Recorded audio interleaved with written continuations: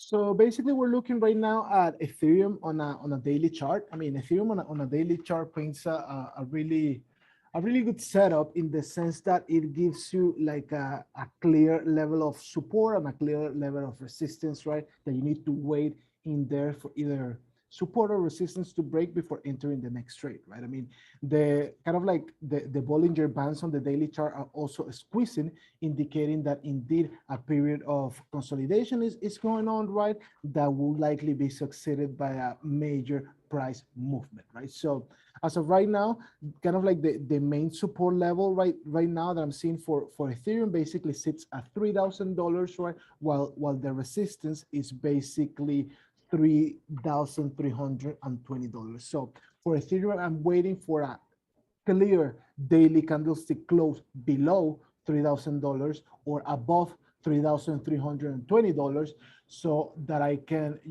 target either higher highs or basically a potential low, right? So if I see that Ethereum closes below $3,000 decisively from a daily, on the daily chart, right, then I will target, kind of like this rising trend line that has developed since I believe since the COVID crash, right, of 2020, that has been respected very well. I mean, there was a small violation in here, right? But then Ethereum kind of like turn it once again, this trend line into support, right? And then I could potentially see or target $2,700 first, which at that point could potentially coincide with the 50-day moving average, right? But if Ethereum manages to close above $3,320, right, then I will be targeting $3,500 first, then 3,700, and then potentially that all-time high right there from May 12th of $4,372, right? From an on-chain perspective, what we can see here is that 3,226 barrier like puts a lot of it's like a massive supply zone ahead of Ethereum, right? That Ethereum needs to decisively close above it in order to trend. I mean, to trend basically higher, right? I mean, from a technical perspective, it doesn't show that level. I mean, it's being represented right now by the middle Bollinger Band, right? But basically, from an on-chain perspective, a decisive close above that middle Bollinger Band at $3,200, right, will basically signal that Ethereum has what it needs to continue trending higher, right? But as long as Ethereum continues to remain kind of like contained below this resistance level, I believe that there is like higher chances for it to trend lower, since like support is very weak compared to kind of like that resistance point, right? Now, another thing that I'm looking from an on-chain perspective, right, is that basically in sentiment, the NVRV kind of like shows you that basically all of those addresses that bought Ethereum within the last 30 days are right now sitting at a profit of 1.40%, which basically is very low. I mean, what is basically telling you is that there is not significant selling pressure to worry about right now from those people that basically bought Ethereum within the last 30 days. I mean, from those people that bought Ethereum within the last year, they continue to sit at an average profit of 52%, which basically tells you that these people could be potentially more inclined to sell, right? But from a lower time perspective, it does seem like Ethereum could potentially rise,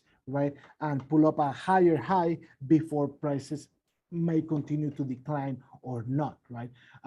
We do see that that just like in Bitcoin, right, the supply of ETH on exchanges has been rising dramatically over the past few days, right? Which you can see right here with this spike, right? I mean, we saw exchange inflows into exchanges while there was no significant outflow, which basically tells you that, yeah, those addresses that came into exchanges, those number of tokens that came into exchanges were potentially being sold, right? I mean, it basically came right here at exactly the top of 3,338 before prices kind of like went down, right? Maybe that kind of like selling pressure has been absorbed already. There is potential for that selling pressure to be absorbed already, right? But we will have to like wait for whether this $3,000 support level is going to be able to hold, right? If once again Ethereum breaks below this $3,000 support level, which at the moment is basically weaker than the resistance, right? Then we could potentially see a move down to $2,700, right?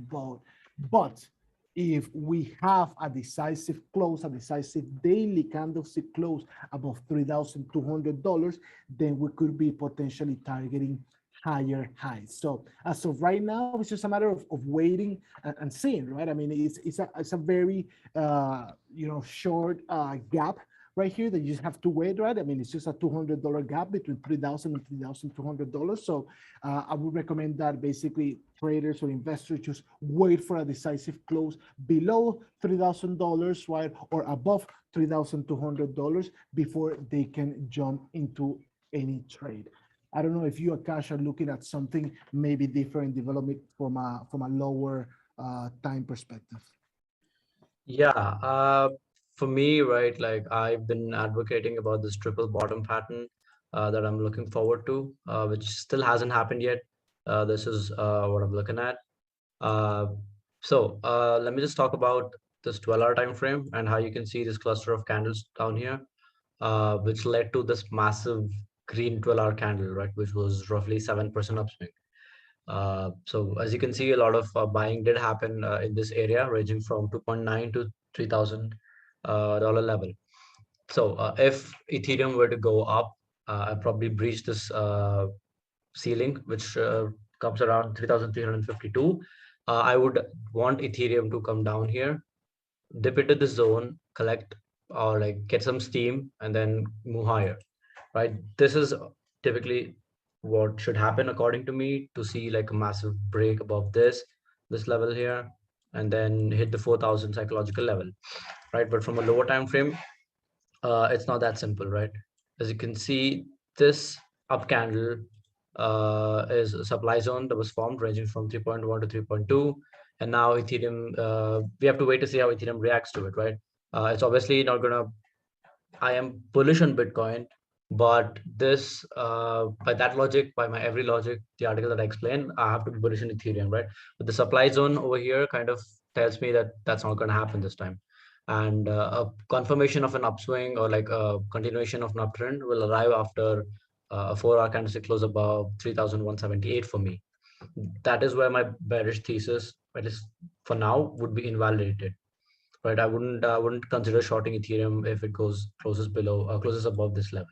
If it doesn't, yes, I can expect Ethereum to at least dip into this level, even if it's a wick like this. I don't care, it's going to happen, right? So this could be a good place to go long for Ethereum, and yeah, probably hit 2,352 if you're looking like for a short-term trade, and if not, you could probably see, depending on how it reacts off of here, I could probably add more and like wait for it to hit a new all-time high at 4,000. This is what I'm looking at. So basically, you said that $3,000 could be a good point to long Ethereum based on the risk to reward ratio, right? Because like you can basically place your stop loss maybe around what, like 2,900. Definitely, that sounds good. Yeah. Right, you can place your stop loss around 2,900 and kind of like target new all-time highs, right? And basically just take a small haircut of, I mean, if basically the trade wasn't going to go your way, right, you will kind of like take a small haircut of like $100 for every kind of like Ethereum that you buy, right? But in the meantime, you could basically gain $1,000 for every Ethereum that you buy. I mean, if you're actually targeting $4,000, right? But yeah, I mean, the first target would definitely be that high in there around $3,300, right?